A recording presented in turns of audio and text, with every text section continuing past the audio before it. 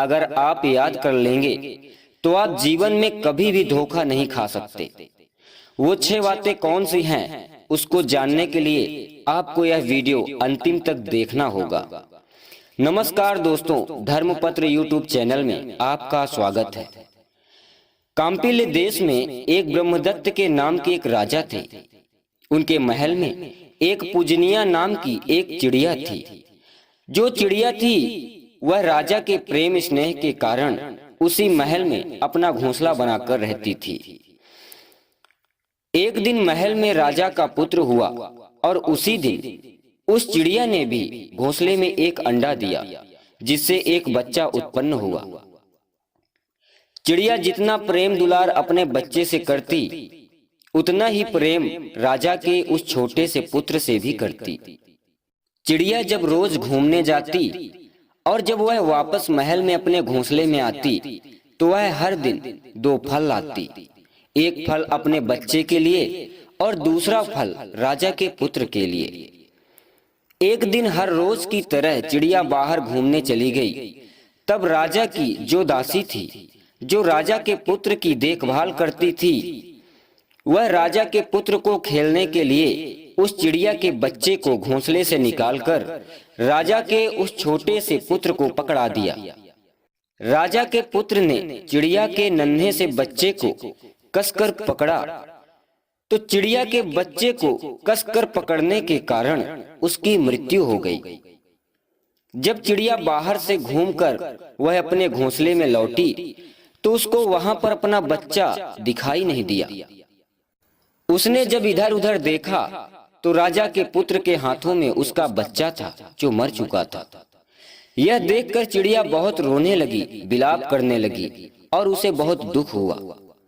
वहीं पर राजा भी खड़ा था। राजा को देखकर चिड़िया ने कहा, अरे नराधम, तूने अपने पुत्र से खिंचवा कर मेरे बच्चे को तुमने मरवा दिया।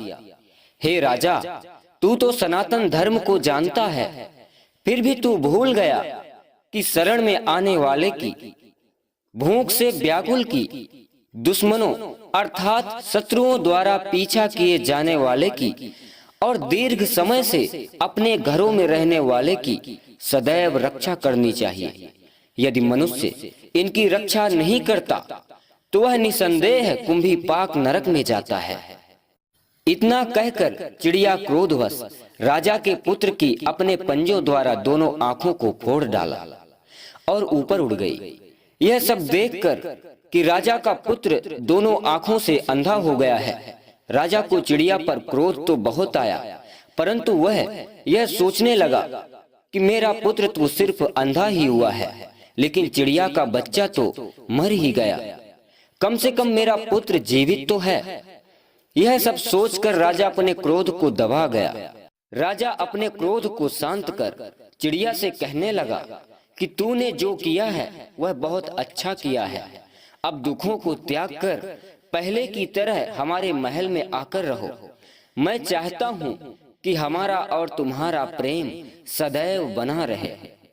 राजा के इस तरह कहने पर चिड़िया ने कहा, हे महाराज, मैं अपने समान ही तुम्हारे पुत्र प्रेम को भी जानती हूँ। हे राजन, तुम्हारे पुत्र को नेत्रहीन करके मैं अपराधीन हो गई हूँ, इसलिए मैं तुम्हारे घर में रहना नहीं चाहती।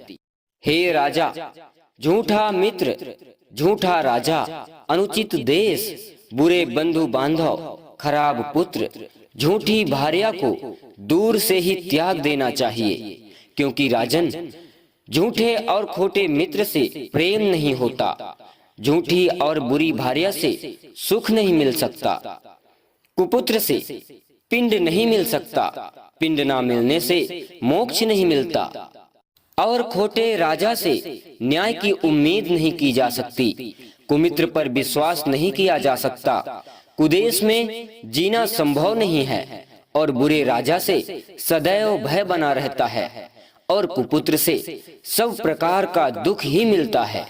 हे राजन, जो मनुष्य अपराधी पर विश्वास करता है वह मनुष्य दीर्घ समय तक अनाथ और दुर्बल की तरह जीवन व्यतीत करता है। अविश्वासी का विश्वास कभी नहीं करना चाहिए, क्योंकि ऐसे लोगों पर विश्वास करने से जो भय उत्पन्न होता है वह जड़ को भी काट डालता है। जो मनुष्य राजा के सेवकों पर विश्वास करता है वह ज्यादा दिनों तक जीवित नहीं रह सकता। हे राजन, मनुष्य बार बार के बैर होने के भय से शत्रुओं को जीवित नहीं रखते, क्योंकि शत्रु को, ऋण को अर्थात कर्ज को, अग्नि को यदि थोड़ा भी बाकी रहने दिया तो फिर ये इकट्ठा होकर बढ़ने लगते हैं। इसलिए इनको जल्द से जल्द शेष से भी शेष नहीं रखना चाहिए। अगर शत्रु एक साथ बैठता है, एक ही स्थान में रहता है, भले ही एक ही पात्र में भोजन करता है, बहुत ही प्रेम बनाकर रहता है, तब भी वह अपने पिछले बैर को याद करता रहता है।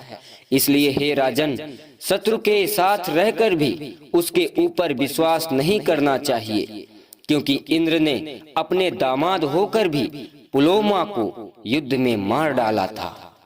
जो मनुष्य मन में बैर को छुपाकर प्रिय बातें करता है, बुद्धिमान मनुष्य उस पर कभी विश्वास नहीं करते। जैसे हिरण बहेलिए के पास नहीं जाता।